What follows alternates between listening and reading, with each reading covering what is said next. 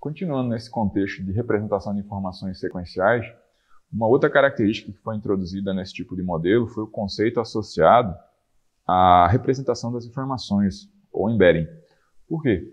Porque no contexto anterior, no qual a gente estava usando uma CNN para extrair as informações associadas à entrada, no contexto de uma imagem, então a imagem era representada pelo espaço escondido, pelo espaço latente associado à CNN. Então a CNN é que representava as informações de entrada, dado que a gente precisa passar para esses modelos informações numéricas que representam as informações. Só que no contexto que a gente quer modelar informações associadas à linguagem, o processamento de linguagem natural, o processamento de texto, a gente precisa transformar esse texto em um conjunto também de números, de representação numérica para poder fazer esse tipo de representação. Então, a partir disso, a gente começou a utilizar uma outra forma de representação. Então, esse tipo de representação já existe há muito tempo, né, no contexto tradicional, seja considerando a frequência das palavras, ou quanto as palavras se repetem, as palavras únicas associadas a um documento. Esse tipo de representação já era feito dessa forma. Então, a gente pegava lá, primeiro um conjunto de texto, fazia stemming, removia stop words, para poder, primeiro, remover as palavras que não são relevantes ou eventualmente se repetem bastante e não são representativas, né, ou discriminativas. Depois a gente tentava diminuir as palavras aos seus radicais para conseguir perceber palavras que repetiam, num contexto onde elas têm uma certa variação em relação à flexão verbal no contexto. Só que, eventualmente, palavras que são sinônimos, mas são escritas de forma diferente, elas eram representadas de forma diferente. E outra coisa que a gente não conseguia introduzir era o conceito associado à relação entre as palavras, ou eventualmente até a relação em uma frase onde essas palavras podem ter contextos diferentes. Então, esse era um problema de representação das informações. A partir disso, a gente tentava, de certa forma, utilizar lá um modelo. Então, a partir dessa representação das características no espaço numérico, a gente tentava utilizar um modelo, seja ele um modelo com memória, ou um modelo com recorrência, para poder fazer essa associação entrada-saída, né, da forma que a gente já viu nos vídeos anteriores. Então, nessa estratégia tradicional, o que eu tinha eram as palavras, né, normalmente chamadas de corpos, associadas às entradas, sendo representadas por um conjunto de informações numéricas que pode variar, né, desde um hot encoding, onde eu pegava cada uma das palavras e codificava uma sequência de entradas, onde a palavra sendo representada, ela tinha lá um valor 1 e o resto das palavras um valor 0. Então, só que dependendo da quantidade de palavras que eu tenho, a matriz esparsa que é gerada é muito grande, pode tornar o processo intratável. Então, umas variações desse processo foi tentar codificar as palavras num processo de índice, na qual as palavras únicas eram as representações associadas ao documento, e quantas palavras únicas dessas ocorriam, ou eventualmente a quantidade de palavras que ocorriam podiam ser utilizadas como forma de representação do documento. Mas a quantidade de representação associada, o que eu podia representar a partir desse tipo de transformação, normalmente linear, não me oferecia o nível de abstração necessária para conseguir fazer representações mais elaboradas, mais eficientes.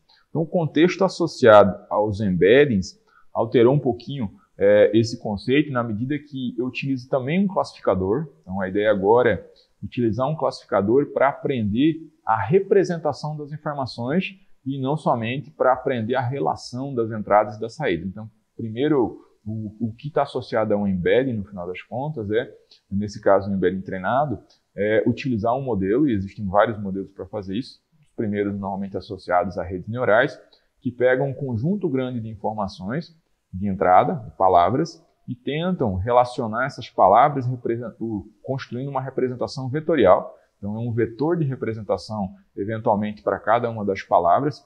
No início, poderia ser até para as letras, mas não, depois para as palavras e, eventualmente, até para frases, para conseguir representar essas frases. E o legal desse tipo de representação é que, na medida que eu mostro muitas palavras iguais em sequências diferentes, eu consigo começar a aprender uma relação espacial entre elas a partir desse vetor de representação. Então, eu tenho lá o índice de cada uma das palavras e isso me gera uma matriz de representação na qual cada uma das palavras, ou dependendo da forma como isso está sendo feito, letras ou até as frases, vão sendo quantificadas em um vetor de representação. E uma outra vantagem associada a isso é que os vetores possuem tamanhos iguais, e isso é mais fácil para você apresentar para os modelos que vão fazer os mapeamentos. À medida que, quando eu tenho uma representação que não tem o mesmo tamanho, eu tenho que usar alguns artifícios para poder normalizar esse tamanho da sequência. Então, ou introduzir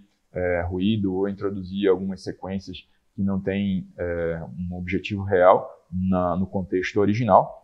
Então, aqui eu consigo representar as informações com tamanho fixo e, a partir disso, abstrair informações que estão contextualizadas nos exemplos que estão sendo oferecidos como entradas.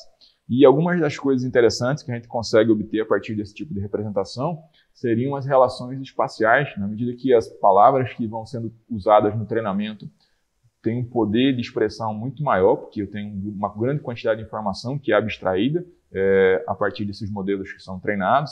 Eu consigo gerar, meio que como uma consequência desse processo, uma relação espacial entre esses vetores que permite com que palavras que são parecidas, né, ou eventualmente sinônimos, ou possuem uma similaridade semântica muito próxima, sejam representados nesse espaço de características também de maneira mais próxima.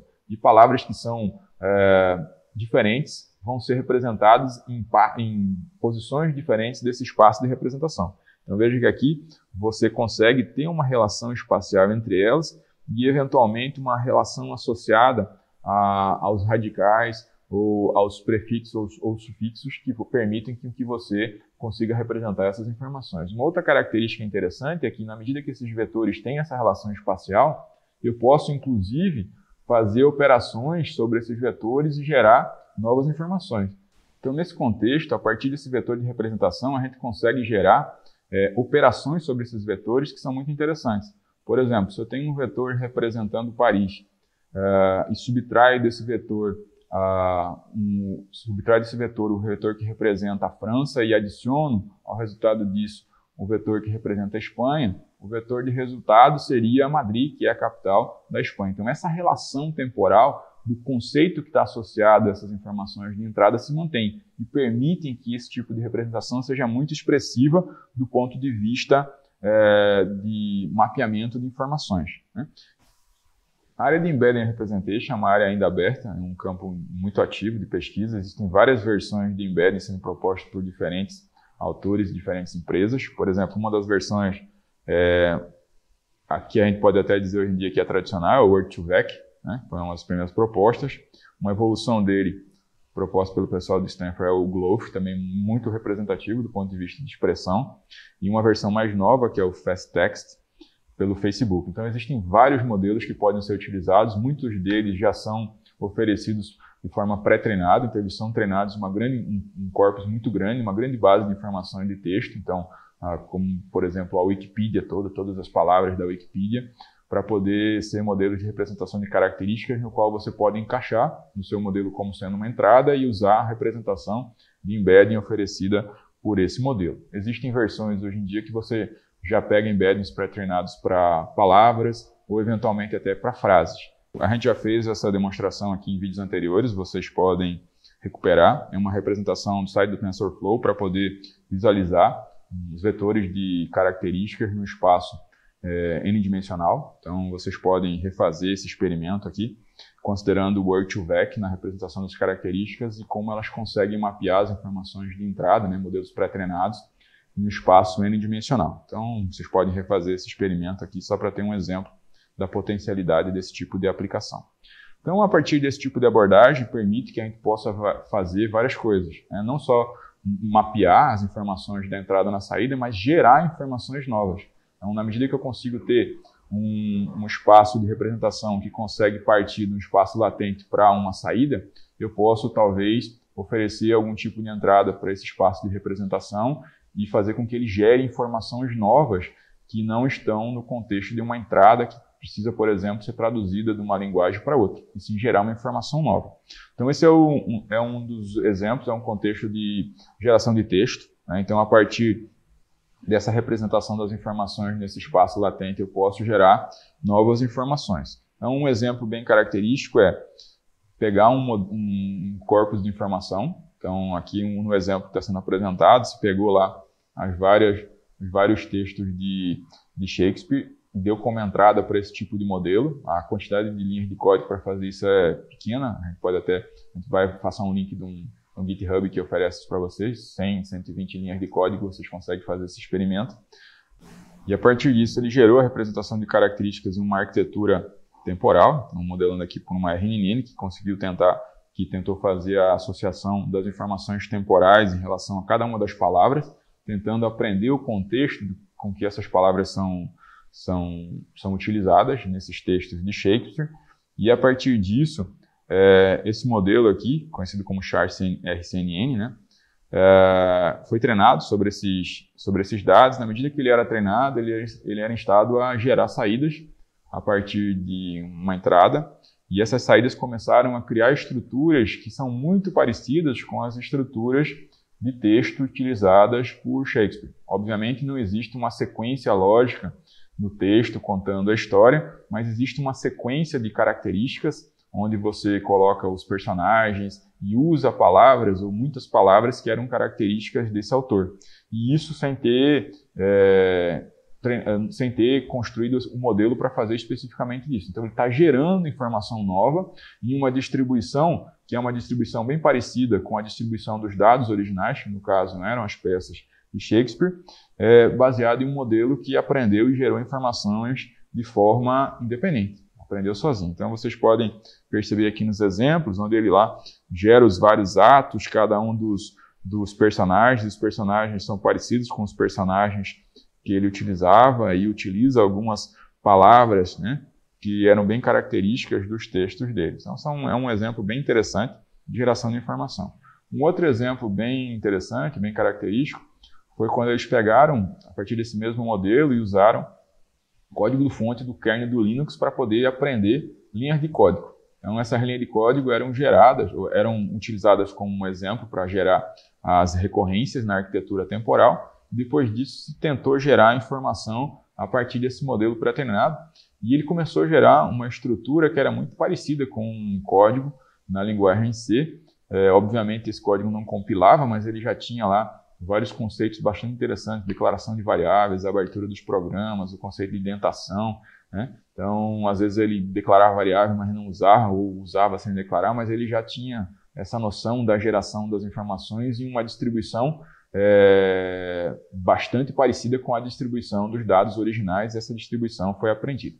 Então, são bastante outras características bem interessantes no uso desse tipo de tecnologia.